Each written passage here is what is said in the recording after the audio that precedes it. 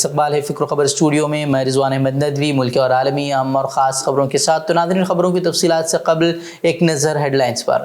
ہندوستان میں پیگاسس کی یاد پھر سے تازہ، اپوزیشن کے کئی لیڈروں کے فون ہیک کرنے کی کوشش، ایپل نے نوٹیفیکیشن بھیج کر کیا آگاہ، سرکار کٹہرے میں لیکن اب وہی کرے گی جانچ۔ غزہ پر رات بھر کی کارروائیوں کے دوران حماس کے جنگجوؤں نے 11 اسرائیلی فوجیوں کو ہلاک کیا۔ 7 اکتوبر سے اب تک ہلاک ہونے والے اسرائیلی فوجیوں کی کل تعداد 320 ہو گئی۔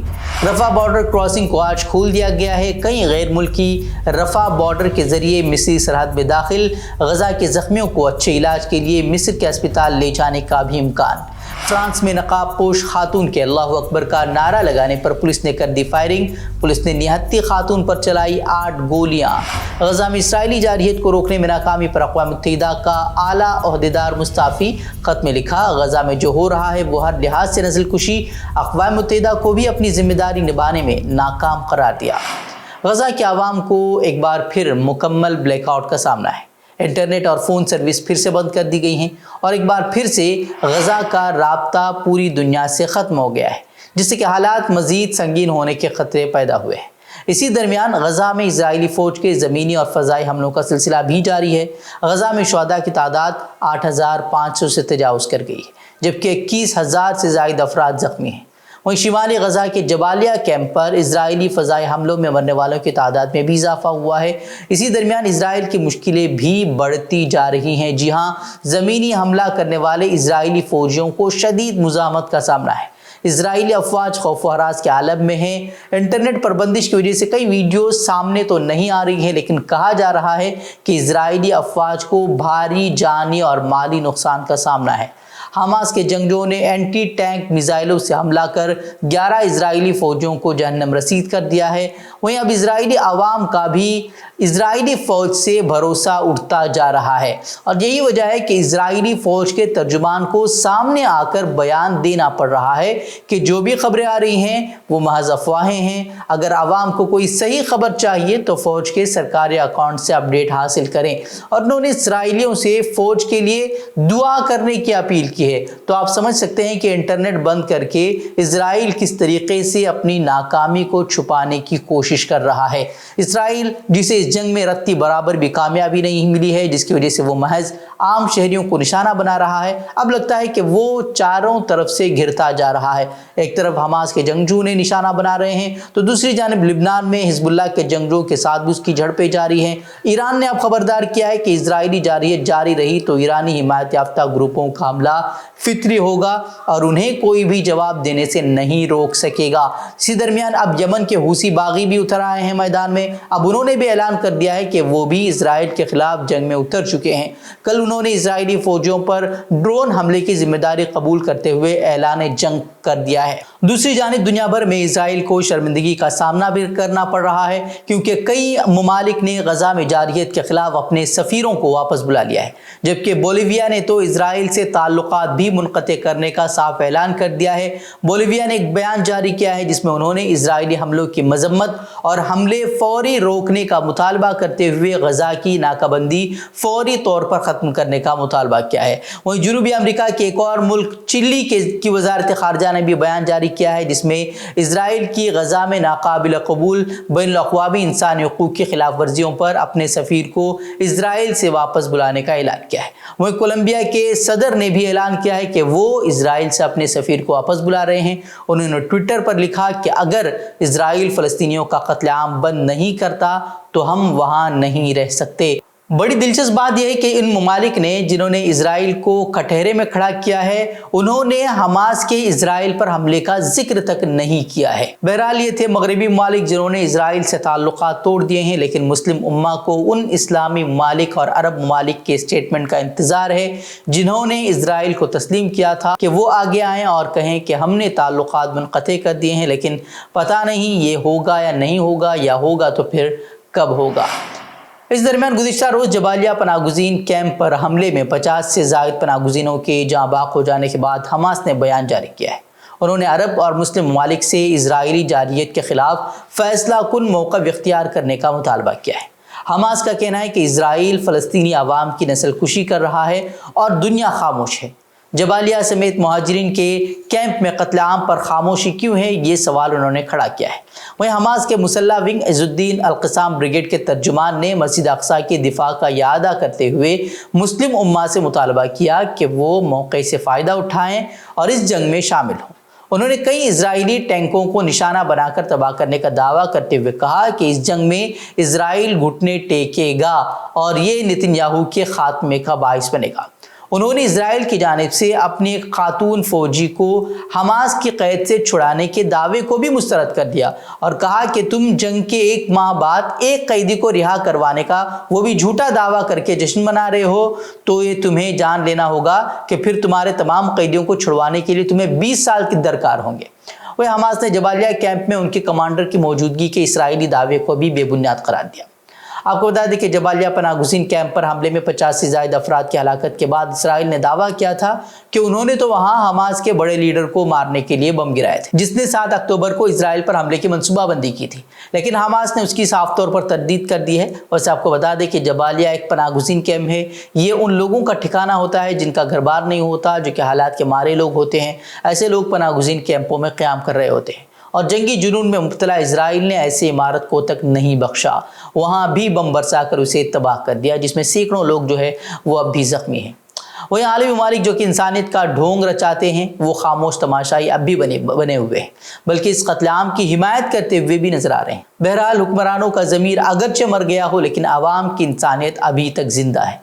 गुज़िश्ता रोज़ अमरीकी वज़ीर ख़ारजा एंटनी ब्लिंकन, जिन्होंने इजरायली जंगी जुर्म पर पर्दा डालने के लिए कई ममालिक का दौरा भी किया था और हमास के खिलाफ और इसराइल की हिमायत में माहौल साजगार करने की कोशिश भी की थी, उन्हें जो है पूरी दुनिया के सामने शर्मिंदगी का सामना करना पड़ा है। सेनेट में जब एंटनी ब्लिंकन यूक्रेन जंग और इसराइल के लिए फंडिंग के लिए अरकान को मनाने की कोशिश कर रहे थे, उनकी ब्रीफिंग के दौरान जंगबंदी के पोस्टर लहरा कर कई मरतबा उनकी तकरीर के दौरान रुकावट डाली गई। जब भी वो बोलने की कोशिश करते, जंगबंदी का मुतालबा कर रहे मुजाहिरीन चीख चीख कर बेगैरत ब्लिंकन और सेनेट के अरकान का ज़मीर जगाने की कोशिश करते।